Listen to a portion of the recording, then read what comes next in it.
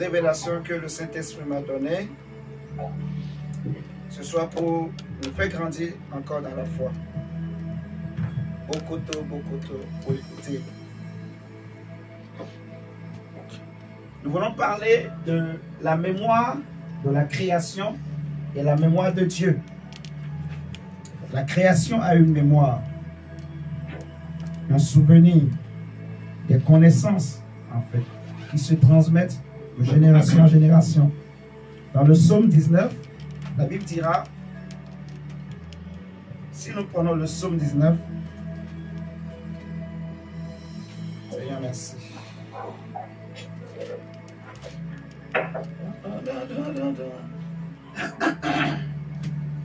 Psaume 19, verset 2 à 3 nous dit: les cieux racontent la gloire de Dieu et l'étendue manifeste l'œuvre de ses mains. Merci Saint-Esprit. Le jour en instruit un autre jour. Vous voyez? Donc, on dit le jour en instruit un autre jour, la nuit en donne connaissance à une autre nuit.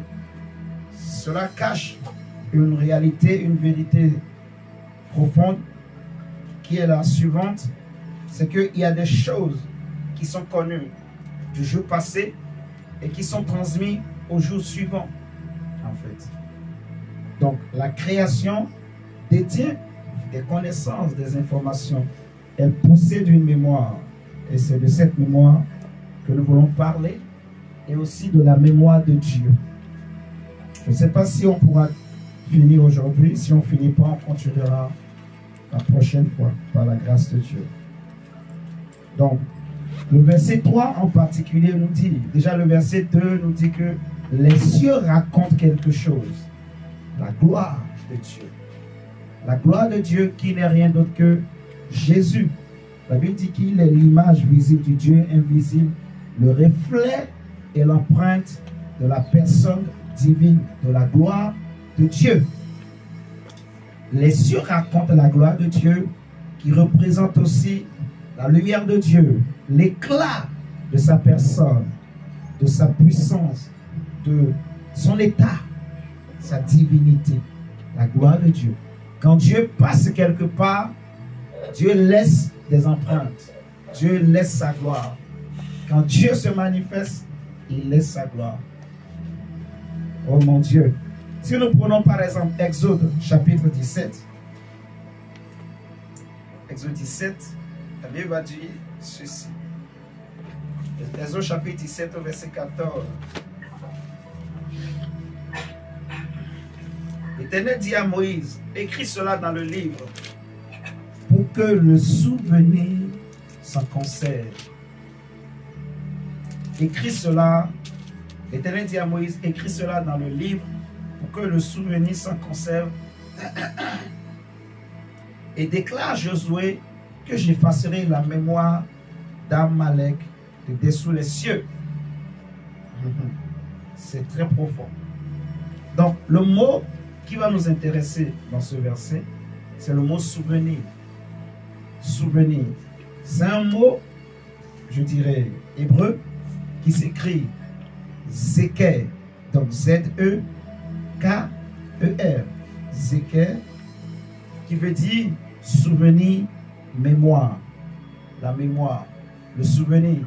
Si vous vous rappelez bien, dans la semaine passée ou surpassée, j'avais expliqué, on avait pris un test dans, je ne me rappelle plus, en tout cas c'était dans les évangiles, où le Seigneur disait aux disciples que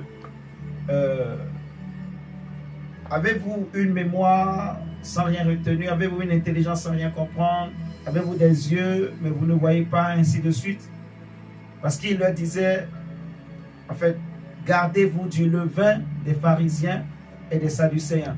Amen. Amen. Et j'avais bien expliqué, en fait, pourquoi le Seigneur parlait ainsi. On a parlé de la mémoire. Quelle était la relation entre la mémoire et l'intelligence? J'avais expliqué que la mémoire, en fait, c'était en quelque sorte comme un disque dur où on stocke des informations. Tout ce qu'on a vécu depuis notre enfance. Il y en a même des choses qu'ils ont vécues depuis le ventre de leur mère. Ils peuvent garder un souvenir de ça. Et ces souvenirs-là vont être stocké dans ce que les philosophes appellent en fait le subconscient de l'homme. Donc c'est une conscience qu'on a mais qui est cachée. Et c'est cette conscience-là qui est la plus dangereuse et la plus importante. Parce que c'est elle qui nous pousse à faire des choses sans réfléchir, sans raisonner. Vous allez voir, il y a ce qu'on appelle dans la vie des hommes des habitudes. On a des comportements, des pratiques qui deviennent des habitudes en fait. Parfois, on appelle ça aussi dans certaines populations ou pays, on appelle ça aussi des liens héréditaires. C'est des choses qui se transmettent de génération, parfois même en génération. Parfois, ça rentre même dans le domaine de l'ADN, en fait. Donc, c'est vraiment profond. C'est des pratiques, vous allez voir, quand tu prends un peuple, ils ont certaines pratiques.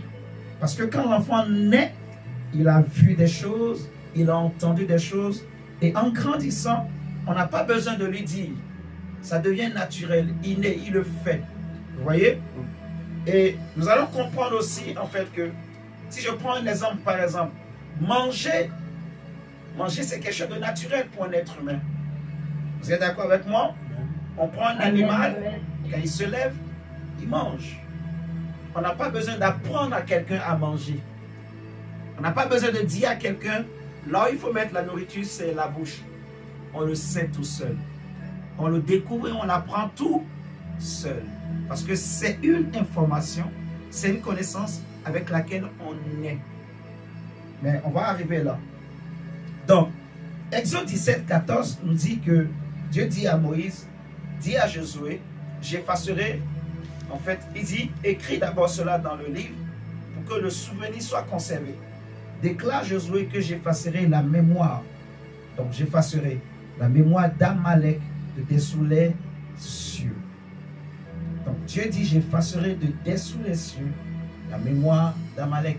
Mais comment Dieu veut procéder pour effacer la mémoire d'Amalek? Ce qui signifie en fait que Dieu veut faire disparaître tout souvenir d'Amalek. Tout souvenir. En sorte que les générations à venir ne se souviendront même pas qu'il y avait eu un peuple qui a existé et qui s'appelle Amalek. C'est trop grave et c'est trop fort. Maintenant, comment Dieu voulait procéder? Dieu a prévu utiliser Israël. Amen. Amen. Amen. Amen. Dieu a prévu se servir d'Israël. Et je veux juste dire ce soir, juste une parenthèse, que tes ennemis, comme Moïse avait dit aux enfants d'Israël, devant la mer Rouge, que ces Égyptiens que vous voyez aujourd'hui, vous ne les verrez plus demain. Amen. Amen. Je déclare et je décrète au nom de Jésus que tes ennemis, ceux qui te combattent, que tu connais, tu ne les verras plus demain. Les souffrances que tu as connues aujourd'hui, on va même aller encore loin. On est déjà en décembre, 2025 va commencer bientôt. Je prophétise que les souffrances que tu as connues, les malheurs, les difficultés que tu as vécues en 2024, tu ne les reverras plus en 2025. Amen. Amen. Amen. Nous allons aller en profondeur de ce message et tu comprendras que il y a certaines choses que parfois nous vivons parce que on nous a dit que c'est comme ça. On est né, on a vu comme ça et on croit que c'est comme ça et on les vit. Alors que pour Dieu, ça n'existe pas. Tout dépendra donc en fait dans quel royaume tu vis ou tu marches. Tout dépendra donc de la mémoire avec laquelle tu vas travailler, tu vas vivre, tu vas marcher, tu vas fonctionner. Amen, amen. Amen. Amen. Ces Égyptiens-là, tu ne les verras plus. Parce que Dieu a dit, j'effacerai leur mémoire. J'effacerai leur mémoire de dessous les cieux. Mais ça ne veut pas dire que leur mémoire n'existera plus dans les cieux. Mais en dessous des cieux, leur mémoire va disparaître. Suivez-moi bien. Si vous prenez avec moi Esdras 6, Esdras 6, on va peut-être pas lire tout, mais prenons Esdras chapitre 6. Le verset 1 à 12 nous explique.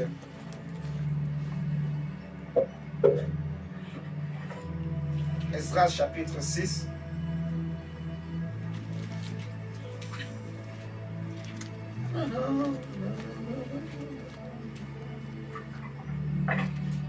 Esdras chapitre 6, le verset 1, on dit: alors le roi Darius donna ordre de faire des recherches dans la maison des archives, et l'on déposait plutôt les trésors à Babylone. Et l'on trouva à Ashmeta, capitale de la province de Médie, un rouleau sur lequel était écrit le mémoire suivant. Donc vous voyez qu'il y a des archives. Quand on parle de mémoire, dans la mémoire, il y a des archives, des choses qui sont archivées, stockées. Vous voyez, des choses qu'on dépose, ça se dépose dans les archives. Et on peut aller fouiller dans les archives et remonter des informations. C'est ça la grâce prophétique, en fait. Mais il faut bien comprendre, pour savoir comment ça marche, comment ça fonctionne, ainsi de suite. Il y a beaucoup de choses. Ce que je veux nous partager n'est qu'une miette, vraiment, dans ces choses. Mais je te prie de bien suivre. Si tu suis bien, tu comprendras beaucoup de choses. Ta mentalité va changer. Ta façon de voir les choses va changer. On nous dit que le roi Darius a donné ordre de faire des recherches dans la maison des archives où l'on déposait les trésors à Babylone, et l'on trouva à Ashmeta, capitale de la province de Médie, un rouleau sur lequel était écrit le mémoire suivant. Donc, je vais vous laisser lire chez vous jusqu'au verset 12 pour mieux comprendre. Vous notez du verset 1 au verset 12. Je ne vais pas tout faire la lecture. Mais en gros, il y avait un problème concernant Israël, en fait. Concernant le temple d'Israël qui devait être rebâti. Et il y avait déjà un premier roi qui avait donné un ordre pour que le temple soit bâti. Et ce premier roi, c'était le roi Cyrus. Mais après la mort de Cyrus, les années et les temps passés, les rois qui ont suivi, en fait, ont bloqué la reconstruction du temple d'Israël. Amen. Amen. Et c'était un ordre royal qui avait été donné par Cyrus. Quand Darius est venu et on lui a dit qu'il y avait des soucis de ce côté, machin, machin, les enfants d'Israël ont rappelé. Ils ont dit, dites au roi que c'est un ancien roi de ce pays qui avait donné un ordre royal pour que le temple soit rebâti. Donc, il était étonné. Il a dit, fouillez les archives. Quand on a fouillé les archives, on a trouvé effectivement, il y avait un édit royal. Or, dans la loi des Mèdes et des Perses, quand un roi écrit quelque chose, on ne peut plus le effacer, on ne peut plus l'enluner. D'éternité en éternité, c'est écrit et c'est écrit. Ça ne peut pas changer. Même si un autre roi vient, il ne peut pas l'annuler. C'est ça la loi des Mèdes et des Perses. Amen. Amen. Donc quand Darius a vu ça, il y a déjà un édit royal. Ça a fait qu'il ne pouvait plus empêcher la reconstruction. Il a donné alors l'ordre que c'est vrai.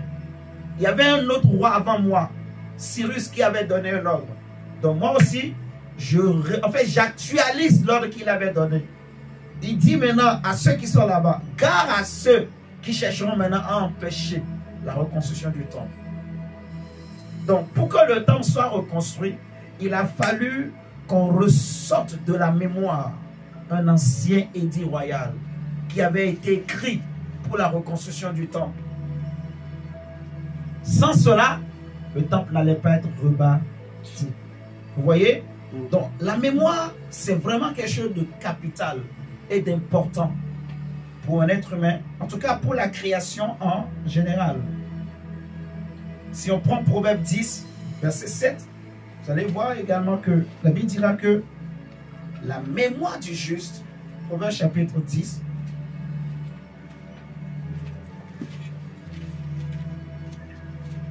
Proverbe chapitre 10, verset 7. Proverbe 10, verset 7. La mémoire du juste est en bénédiction, et le nom des méchants tombe en pourriture. Si je nous lis la version dans ces courants,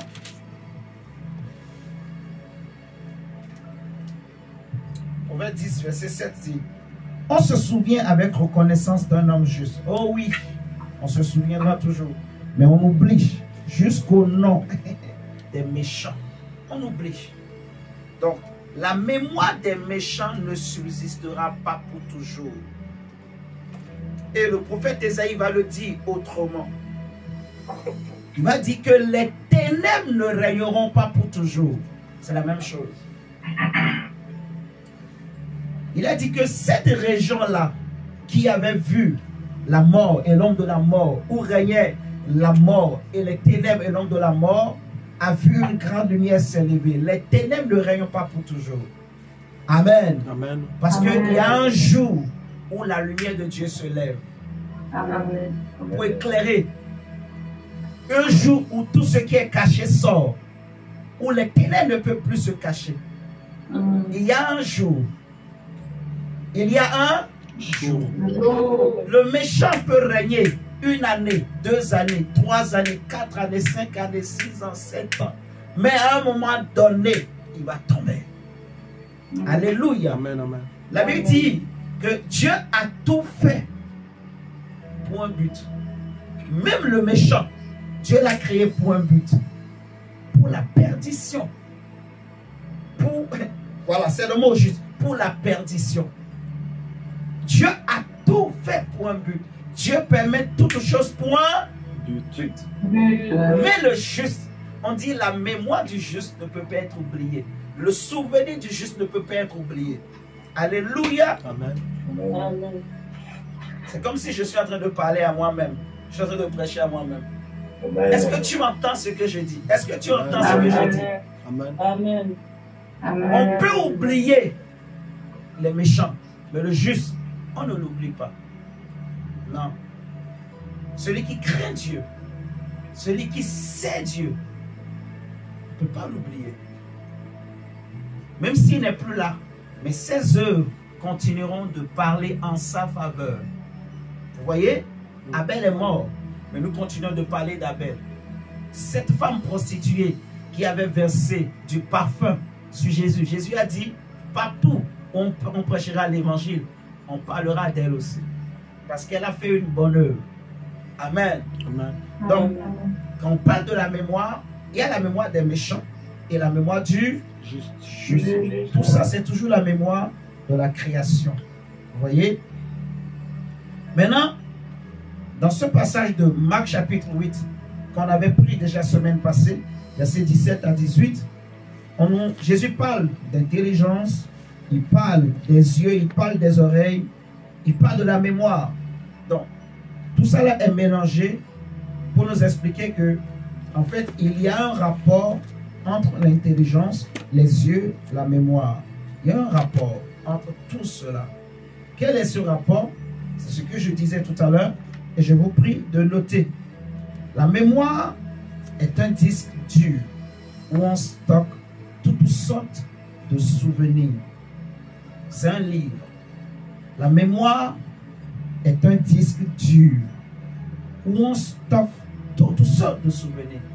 Souvenirs mauvais ou souvenirs bons. Tout est stocké dans la mémoire.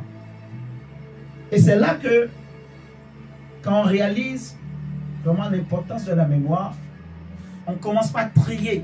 Il faut trier les choses que tu veux stocker dans ta mémoire, que tu veux garder, les souvenirs que tu veux garder. C'est tellement important. Oh, c'est trop important. Dieu dit même dans Isaïe, ne pensez plus aux événements passés. Voici, je fais toutes choses nouvelles. Il sait pourquoi il dit ça aux enfants d'Israël. Donc, la mémoire est un disque dur où on stocke toutes sortes de souvenirs. C'est un livre.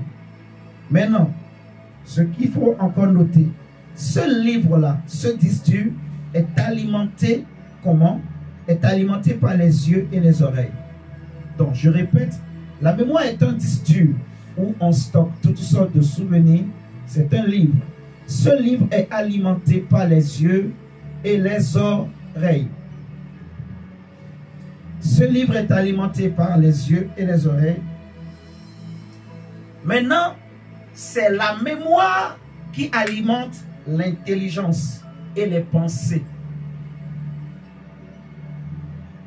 Voilà la relation. Toute information est stockée dans la mémoire, bonne ou mauvaise.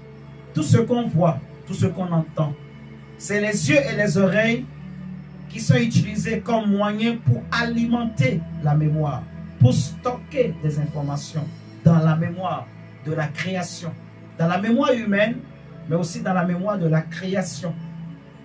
Cette mémoire, à son tour, alimente l'intelligence humaine et les pensées de l'homme, les pensées de l'être humain. Ainsi, lorsque je prends un animal, par exemple, un animal a une mémoire. L'animal possède une mémoire. L'animal possède des souvenirs. Pourquoi je dis que l'animal possède une mémoire? L'animal connaît là où il y a un cours d'eau. Il peut aller loin, mais il reviendra au même cours d'eau. Parce qu'il a une mémoire. Il retient les choses. Il sait qu'ici, il y a un cours d'eau. Vous voyez? Il y a des animaux qui font, en fait, comment on appelle ça là? Ils font des voyages en fonction des saisons. Ils peuvent quitter l'Afrique, ils viennent en Europe pour passer l'hiver, ou ils vont en Afrique pour passer l'hiver, ainsi de suite. Et à chaque fois, ils connaissent des itinéraires qu'il faut prendre. Vous voyez? Il y a des oiseaux même. Il y a une partie là, entre l'Afrique et l'Europe, où il y a un fort courant d'air. Donc, ils savent à quel moment il faut qu'ils volent pour passer de l'autre côté, pour ne pas échouer. Parce que le courant d'air est fort. Donc, ils étudient, ils analysent. Quand le courant d'air là est un courant d'air chaud, là, ils volent. Parce que ça les aide. L'air là remplit leurs ailes et les propulse. Et les aide à traverser. Vous voyez? Parce que c'est la mer, en fait. C'est très long. Voyager tout seul, voler comme ça tout seul, ils ne pourront pas. Ils vont se fatiguer, ils vont mourir. Les flamands, je crois flamands rouges, ou les cigognes, c'est eux qui fonctionnent comme ça, il me semble. Vous voyez? Donc, un animal possède une mémoire. Mais, l'animal possède aussi ce que j'avais déjà soulevé la dernière fois, qu'on appelle l'instinct. Suivez-moi bien. L'animal possède une mémoire, mais l'animal possède aussi son instinct. Maintenant, l'instinct de l'animal est plus fort que le caractère.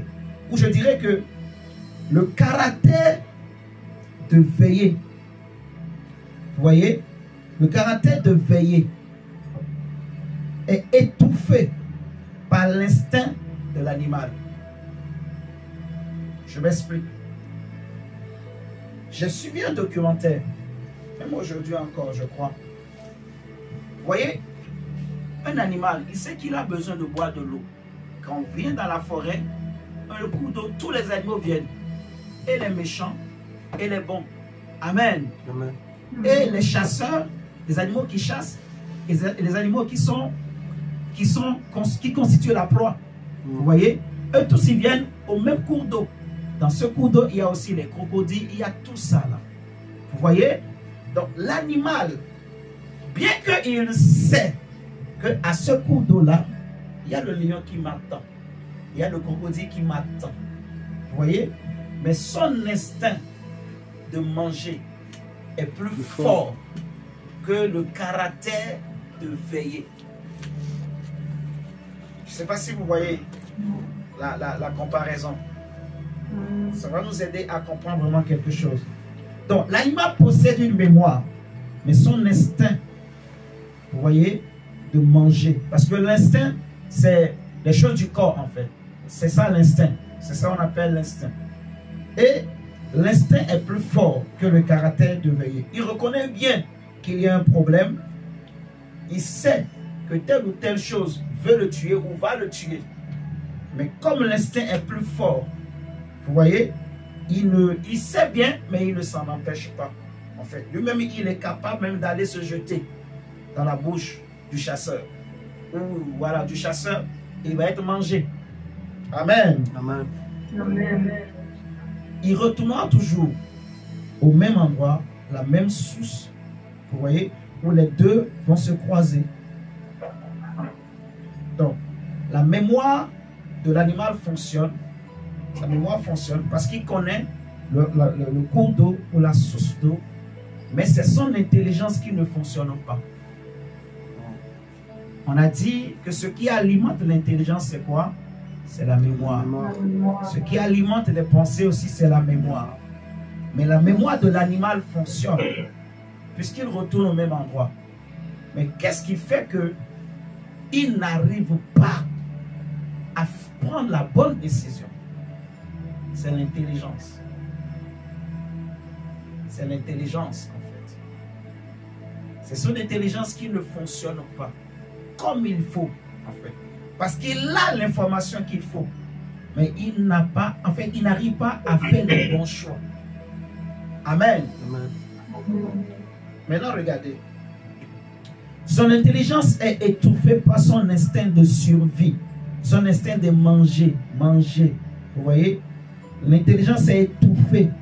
Qu'est-ce que l'animal doit faire, en fait? Parce qu'on est en train de parler de la mémoire de la création. Un autre exemple d'instinct. Manger, se gratter, tout ça c'est l'instinct. Marcher, même, c'est instinctif. Un enfant qui naît, voilà, au bout de, je sais pas moi, 2 ans ou 3 ans, il commence à marcher déjà. Oui ou non? Est-ce qu'on lui apprend à marcher? Non. L'enfant tout seul, à un moment donné, il commence à tenir la chaise. Il tient le mur. Vous voyez? D'abord, il marche à 4 pas. À un moment donné, il commence à tenir le mur. Il tient des choses. Il se met debout sur 2 pieds. Et il regarde autour de lui. Il regarde autour de lui. Si les gens paniquent, il a peur. Et il lâche. Et il tombe encore. Mais un autre jour, il va essayer de se mettre debout. Si les gens l'encouragent, les gens rigolent. Les gens si on reste calme, souvent c'est comme ça. Quand on reste calme, vous allez voir, il prend du courage, il commence à bouger tout seul. Vous voyez, c'est de l'instinct, en fait. C'est instinctif. Pour l'être humain, marcher, c'est dans notre instinct. Vous voyez, manger, c'est dans notre instinct. Maintenant, qu'est-ce que cet animal devrait faire? Et c'est ce que le Seigneur m'a expliqué. C'est ce que Jésus disait aussi à ses disciples, en fait. Qu'est-ce qu'il faut faire? Dans cette histoire que je suis en train de donner, il y a 2 choses. Il y a le chasseur et il y a la proie. C'est l'animal qui est la proie. Amen. Amen. Et il y a le chasseur. Qu'est-ce que l'animal doit faire?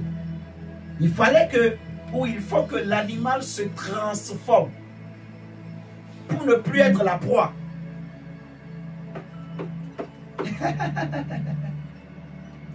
C'est ça, en fait. Parce que tous les deux, ils ont la même source d'eau. Si l'animal ne va pas boire là-bas, il va mourir de soif. On est d'accord? Donc, il est obligé d'aller là-bas. Mais comment faire pour que quand je vais là-bas, je ne sois plus la proie, que je ne sois plus, que le chasseur ne puisse plus me tuer? Qu'est-ce qu'il faut faire? Il faut se transformer. Il faut que l'animal se transforme. Il faut qu'il se transforme pour ne plus être la proie, qui devient le chasseur. Soit l'animal se transforme pour développer la capacité de pouvoir détruire aussi le chasseur. Il y a 2 choses. Soit il se transforme et il développe des armes pour pouvoir se défendre et détruire le chasseur. Vous voyez? Ou bien il développe aussi des capacités pour passer de la dimension de proie pour devenir chasseur à son tour. Amen. Amen. Il n'a pas le choix, en fait. Parce que c'est la même source d'eau. Les deux vivent dans la même dimension. Les deux vivent au même endroit. La proie et le chasseur. Si l'animal veut survivre, il faut qu'elle développe d'autres capacités, qu'elle se transforme. On voit dans la nature, en fait, quand il y a eu des catastrophes, il y a eu des animaux qui ont dû s'adapter, se transformer. Vous voyez? Pour pouvoir survivre, en fait, pour pouvoir vivre. Il y a des animaux qui étaient peut-être terrestres, mais aujourd'hui qui vivent dans l'eau. Il y en a qui vivaient seulement dans l'eau, mais qui ont dû se transformer pour vivre sur la terre. Inversement, ainsi de suite. Vous voyez? Donc l'animal doit se transformer pour pouvoir détruire le chasseur, devenir lui-même chasseur, si c'est possible. Donc, il y a une mémoire dans la création. La Bible dit que, comme on a lu dans le psaume 19 tout à l'heure, les cieux racontent la gloire de Dieu. Et un jour en enseigne un autre, une nuit en enseigne une autre. Amen. Amen. Donc, tout ce que Dieu a créé possède une mémoire. En gros, c'est ce que ce verset nous dit. En fait. Tout ce que Dieu a créé possède une mémoire. J'irai encore loin. Tout ce que Dieu a créé en temps. Tout. On le voit dans Ézéchiel. Ézéchiel 37 par là-bas. Lorsque le prophète Ézéchiel, Dieu va lui dire, parle aux ossements desséchés. Il a parlé. Les ossements ont entendu. Ossements desséchés. Donc les murs entendent. Le vent entend. La mer, l'eau entend. Ils ont des oreilles. Jésus a parlé à l'eau. Il a dit, tais-toi. Et l'eau s'est calmée. Il a parlé au vent. Tais-toi. Le vent s'est calmé. Alléluia. Amen. Donc tout ce que Dieu a créé possède des oreilles. Tout ce que Dieu a créé entend. Ça c'est très important vraiment de le comprendre, de le savoir, d'en être conscient. Toute chose possède une mémoire. Tout ce qui existe, que Dieu a créé. Tout ce qui est dans la création. Que ce soit les invisibles ou les visibles. Toute création possède une mémoire. Maintenant, dans la mémoire de la création, il y a des choses qu'on nous a données, mais qui sont fausses. Ou je dirais, qui sont vraies uniquement dans la création où nous sommes. Oh my God.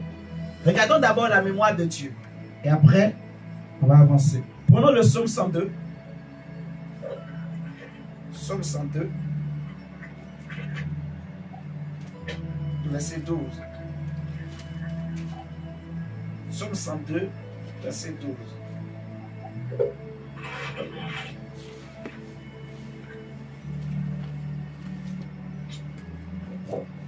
Non, Psaume 102, verset 12.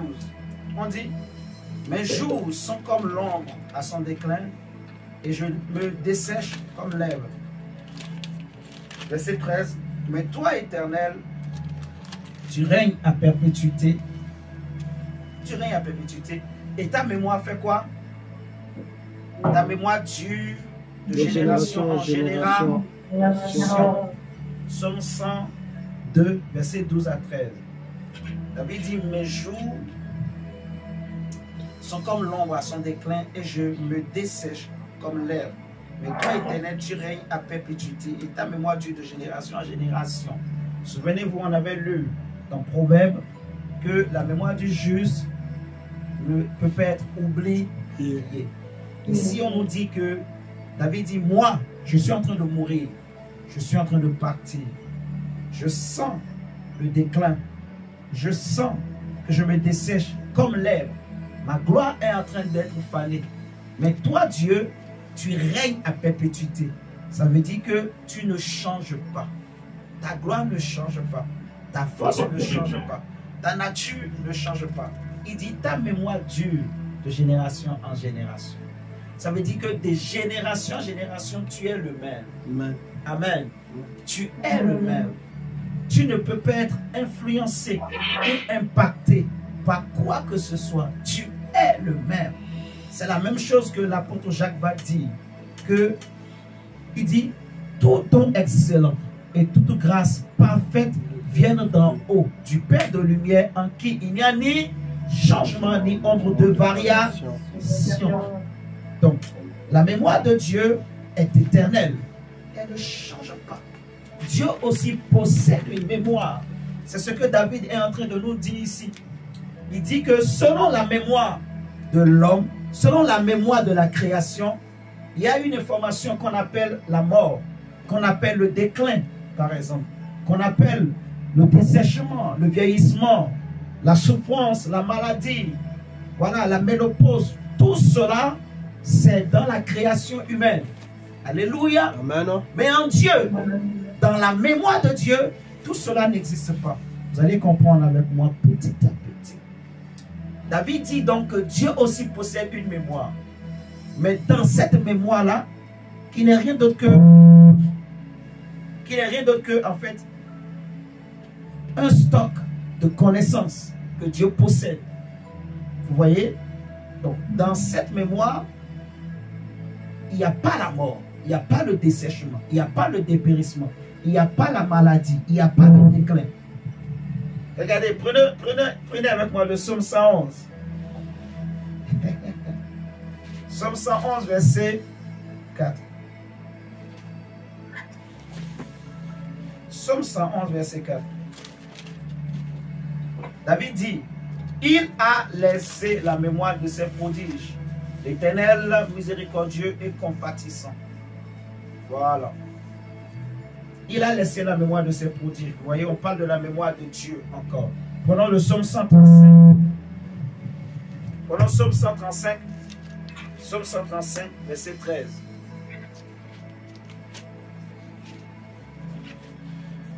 Psaume 135, verset 13.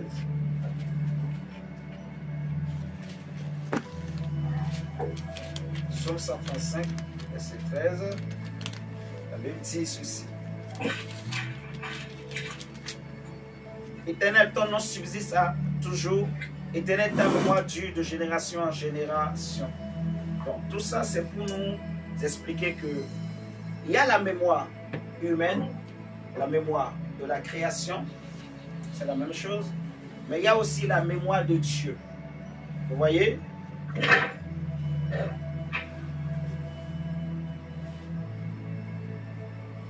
Donc, la mémoire de la création, là, c'est ce qu'on appelle la mémoire collective. Vous voyez? Il y a une mémoire qui est individuelle. Chaque être humain possède sa mémoire. Mais il y a aussi quelque chose qu'on appelle aussi une mémoire collective. C'est connu. Tous les peuples le savent. Tout le monde le sait. C'est une mémoire collective. Vous voyez ce que je suis en train de dire? D'après tout ce qu'on a partagé, on comprend qu'il y a une mémoire qui est personnelle, mais il y a aussi une mémoire qui est collective. C'est cette mémoire collective-là que j'appelle la mémoire de la création. La mémoire de la création. Donc, dans la mémoire collective, il y a quelque chose, par exemple, qu'on appelle la ménopause. Ménopause. Si tu vas en Afrique, tu vas en Europe, tu vas partout dans le monde, on va te dire qu'une femme, à partir de certain âge, elle est ménopausée. Elle ne peut plus donner des enfants, ainsi de suite. C'est ce que le monde connaît. Mais j'ai réalisé une chose. Dans toute ma Bible, nulle part, Dieu a utilisé le mot ménopause.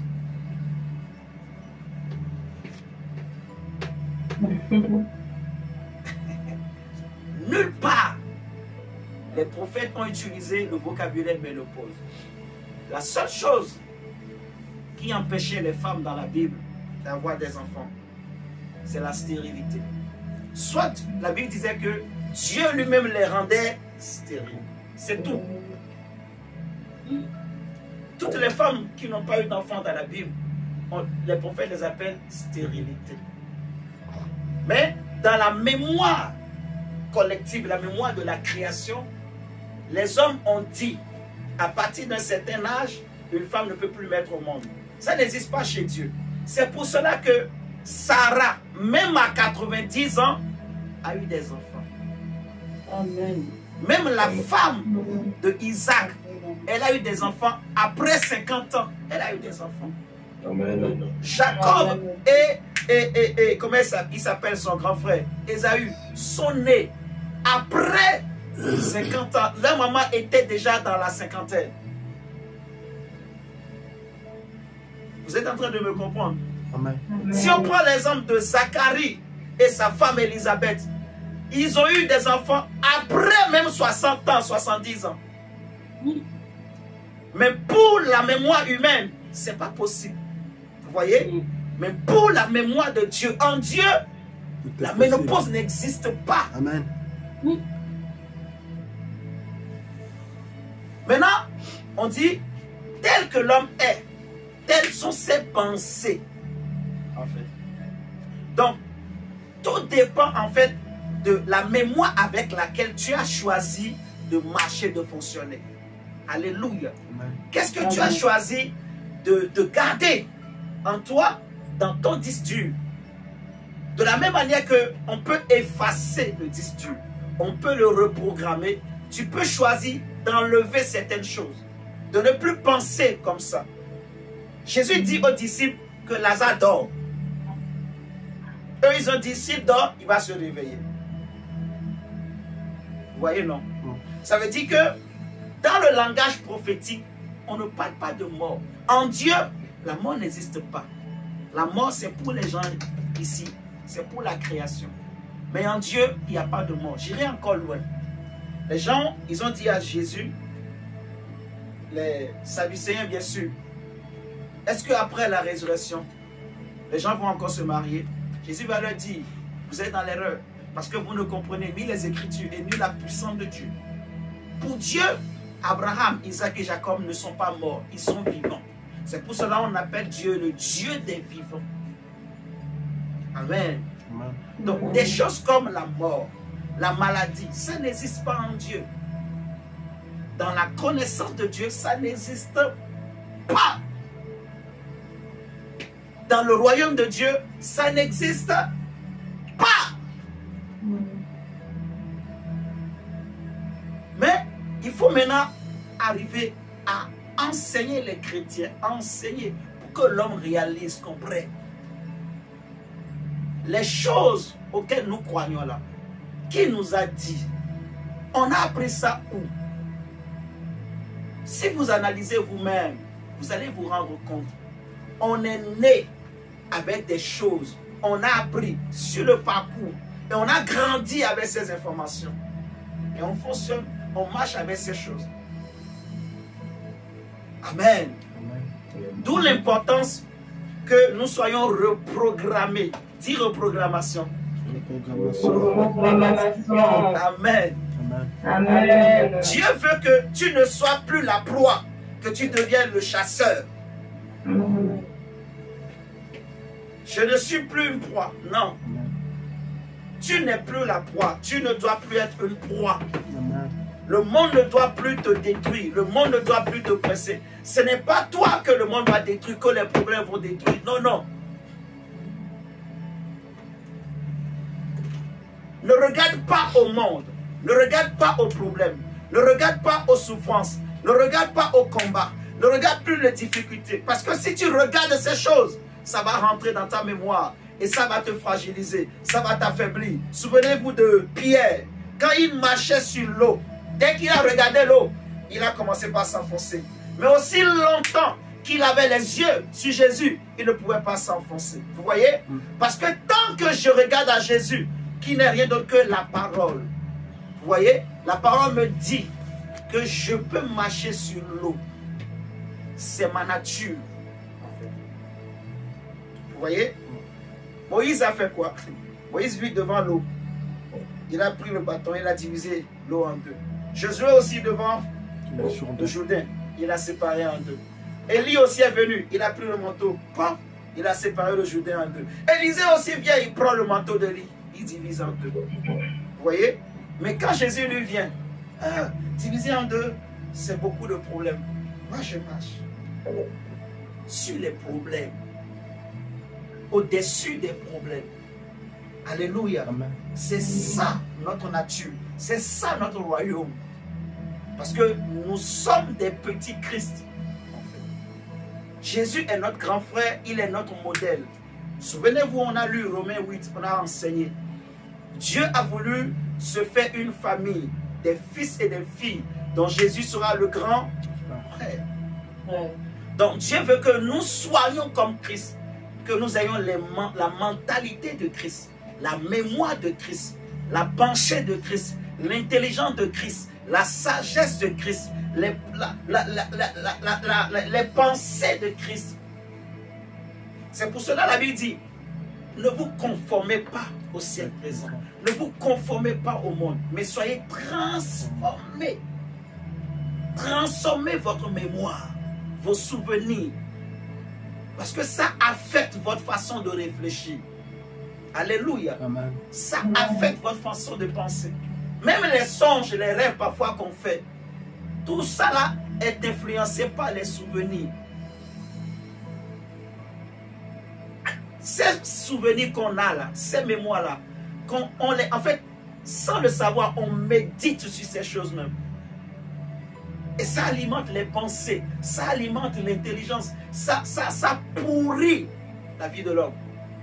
Amen. Amen. Mais qu'est-ce que Dieu veut? Qu'on ne regarde plus à ces choses, qu'on oublie, qu'on efface, que je ne sois plus la proie, que je devienne le chasseur. Je vais m'arrêter là. J'aimerais que tu pries le Seigneur ce soir pour dire, Seigneur, moi je ne veux plus être la proie. Je ne veux pas être la proie, non, pour les problèmes. Je ne veux pas être la proie pour ce monde, non, Seigneur. Je suis plus que vainqueur. Je domine et je marche sur les problèmes. Je ne suis pas ce que le monde dit. Je suis ce que la Bible dit. Et comme deuxième sujet de prière, tu vas prier le Seigneur pour demander à Dieu tout ce que tu avais téléchargé, tout ce que tu avais emmagasiné, tout ce que tu avais reçu du monde, de l'enfance, qui était parti s'asseoir dans ton subconscient. Autrement dit, nous voulons prier pour ton disque dur et mon disque dur, en fait. Le disque dur qui est en toi, qui est en moi. Que ce disque dur-là, toute information qui est dedans, qui n'est pas de Dieu, soit déracinée. Dieu a dit à Moïse, je vais effacer la mémoire d'Amalek. Donc on peut effacer des choses qui ne sont pas bonnes. Ça s'efface par la prière. Ça s'efface par la parole. Ça s'efface en passant du temps dans la présence de Dieu. Ça s'efface en regardant seulement à Jésus. Parce qu'on a dit que ce qui alimente la mémoire, c'est les yeux et les oreilles. Donc, en écoutant seulement Jésus et en regardant seulement Jésus, nous allons effacer, nous allons faire entrer de nouvelles informations. Mais prions que tout ce qui est rentré soit effacé. Que Dieu efface la mémoire d'Amalek de ton souvenir. Que Dieu efface la mémoire d'Amalek. Amalek, c'est qui? Amalek, c'est ceux qui te combattent. C'est ton ennemi. C'est l'image du diable. Vous comprenez? Donc, prions pour ces deux sujets de prière-là, au nom de Jésus. Refuse d'être la proie. Dis, Seigneur, moi, je ne veux pas être la proie pour ce monde. Je ne veux pas être la proie pour la maladie. Je ne veux pas être la proie pour la souffrance ni la pauvreté, mon Dieu. Je ne veux pas être la proie pour le péché. Je ne veux pas être la proie pour le diable. Je ne veux pas être la proie pour un lion rugissant. Je ne veux pas être la proie des démons au nom de Jésus dans ce monde. Je ne veux pas être la proie des sorciers de ma famille. Je ne veux pas être la proie des sociétés secrètes. Je ne veux pas être la proie des lois qui sont votées par le monde des ténèbres. Refuse cela au nom de Jésus. Refuse d'être la proie de ce monde. Refuse d'être la proie des hommes. Je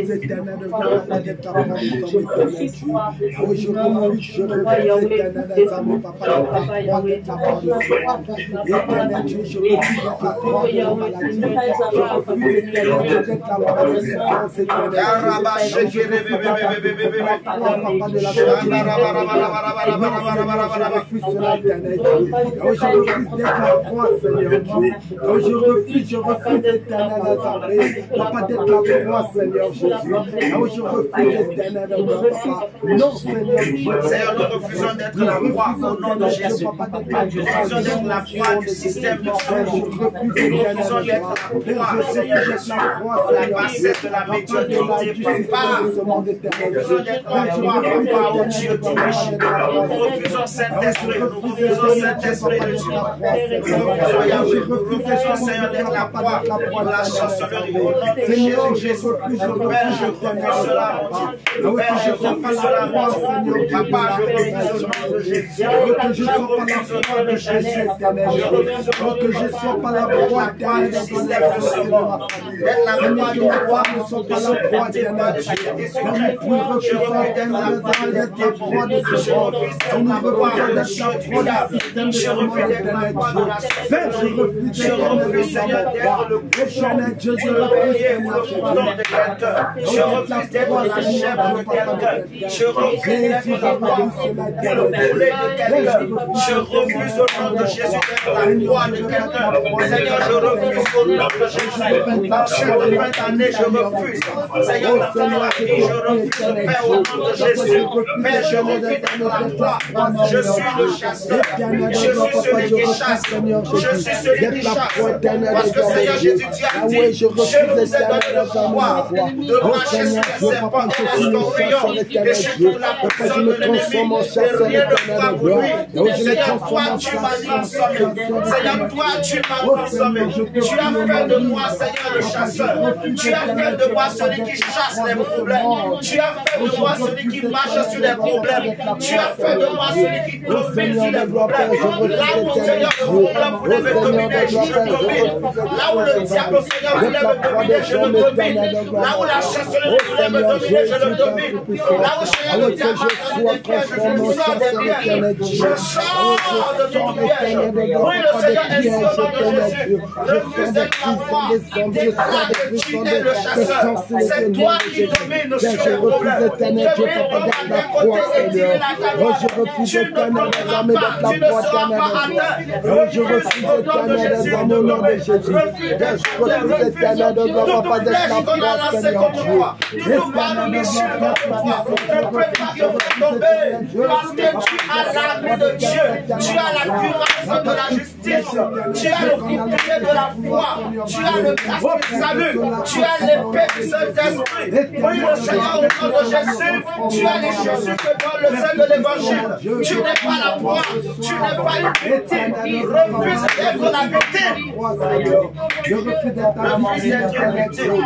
Je dis, Seigneur, moi, je ne suis pas une victime. Je ne suis pas une proie. Je ne suis pas une victime. Je ne suis pas une victime. Je ne suis pas la proie. Je refuse au nom de Jésus. Seigneur, je suis un plus que vainqueur. Je suis un gagnant. Je suis un conquérant. Je suis un victorieux. Je suis un homme de réussite.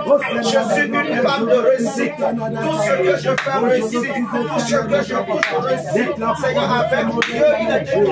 Nous ferons des espoirs. Tout ce que je fais avec Dieu, je réussis. Tout ce que je fais avec Dieu, je ne peux que réussir. Tout ce que je fais avec Dieu, je ne peux que réussir. Prie le Seigneur ainsi au nom de Jésus. Refuse d'être la proie. Refuse d'être la victime. Refuse d'être victime.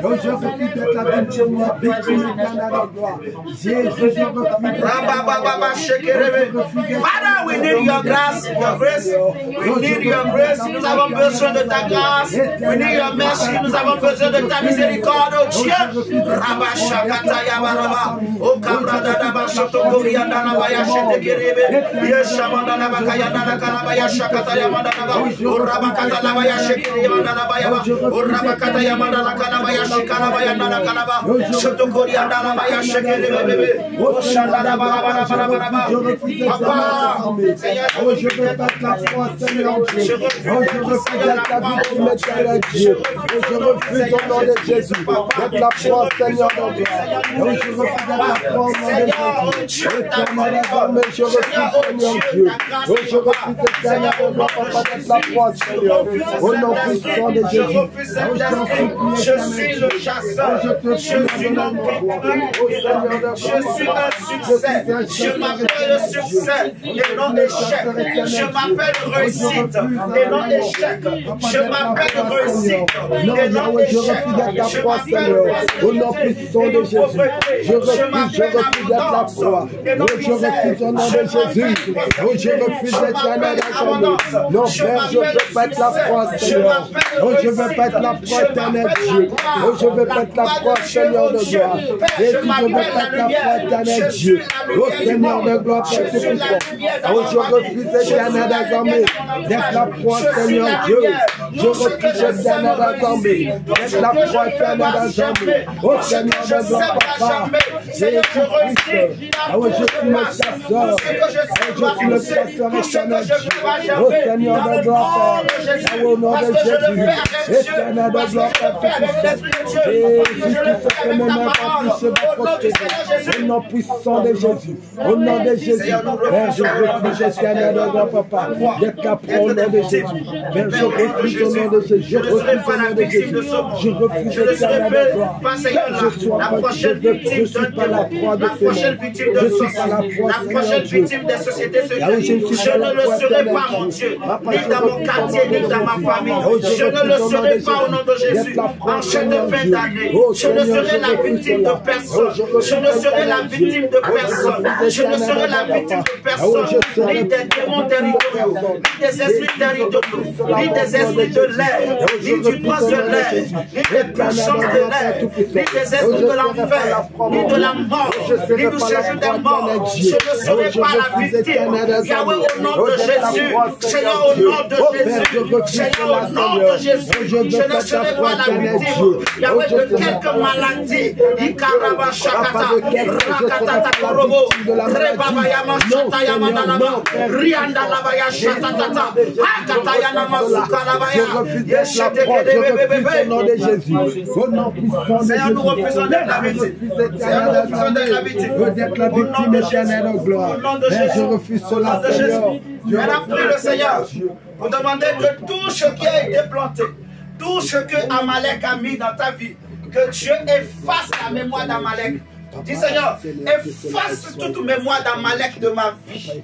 Efface, Seigneur, tout ce que Amalek a planté, tout ce que le monde a déposé dans mon disque dur, dans ma mémoire, qui, Seigneur, conditionne mon caractère, conditionne ma vie, conditionne mes résultats, les résultats que je porte, les fruits que je porte, tout ce qui est, Seigneur, dans ma mémoire, Seigneur, qui détruit, qui conditionne les fruits que je porte, ou qui détruit même toutes les bonnes choses que je veux faire. Seigneur, je prie que tout cela soit détruit et effacé maintenant. Élève la voix et prie le Seigneur que Dieu détruise toute mémoire d'Amalek sur ta vie, toute mémoire d'Amalek en toi, toute mémoire d'Amalek qui vient de tes ancêtres, qui vient de ta famille, qui vient de ton passé. Que Dieu l'efface, que Dieu efface tout mauvais souvenir qui te poursuit. Que Dieu l'efface, que Dieu l'efface, que Dieu efface toute mémoire d'Amalek au nom de Jésus. Mémoire d'Amalek que j'ai reçu dans ce monde.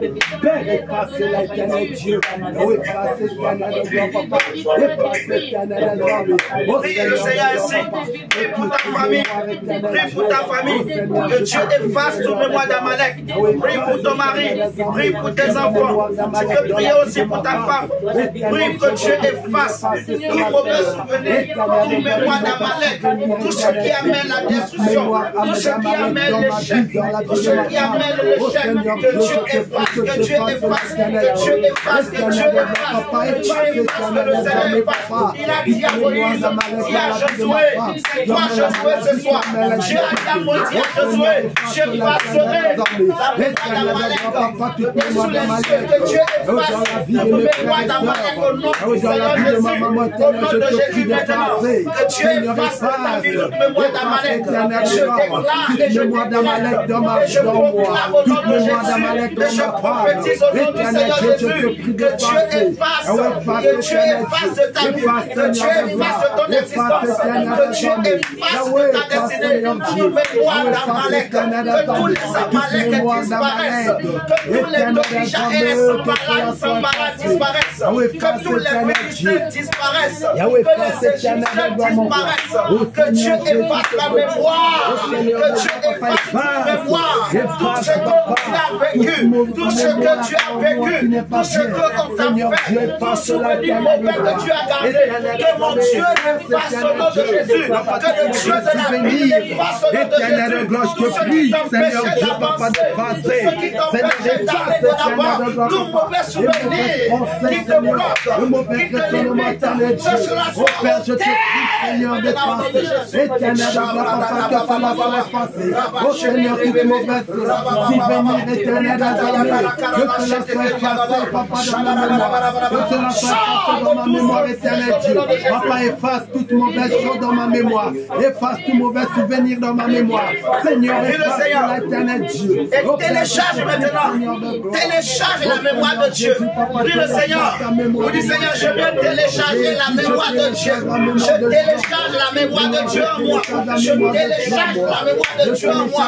Je télécharge la mémoire de Dieu en moi. Je télécharge la mémoire de Dieu en moi. Je télécharge la mémoire de Christ en moi. Je télécharge les pensées de Christ en moi. Je télécharge les souvenirs de Christ en moi. En moi, Seigneur, je télécharge ta mémoire en moi. Éternel, je télécharge la mémoire de Dieu en moi. Que la mémoire de Dieu soit téléchargée en moi. Que la mémoire de Dieu soit téléchargée à ma femme. Que la mémoire de Dieu soit téléchargée à mes frères et sœurs. Yahweh, je te prie, Seigneur de gloire. Père, nous téléchargeons, éternel des armées, ta mémoire. Que la mémoire de Dieu soit téléchargée en nous. Que la mémoire de Dieu soit téléchargée, éternel de gloire. Oh Seigneur, tu es béni, tu es béni, tu es béni, tu es béni. Que le Seigneur télécharge en toi au nom de Jésus. Télécharge au nom de Jésus la mémoire de Christ. La mémoire du Christ Jésus. La mémoire du ressuscité. La mémoire du royaume des cieux au nom de Jésus. Que tout ce qui est dessèchement, tout ce qui est déclin soit effacé. Et que tu reçoives la vie. Et que tu reçoives l'éternité. Que tes mentalités et tes pensées soient transformées. Que ton intelligence soit transformée maintenant. Que ton intelligence soit transformée maintenant. Dans le nom du Seigneur Jésus, je prie que tout ce qui alimentait tes pensées, tout ce qui alimentait ton intelligence, qui n'était pas de Dieu, soit effacé. Yahweh, au nom de Jésus. Saint-Esprit, merci Seigneur.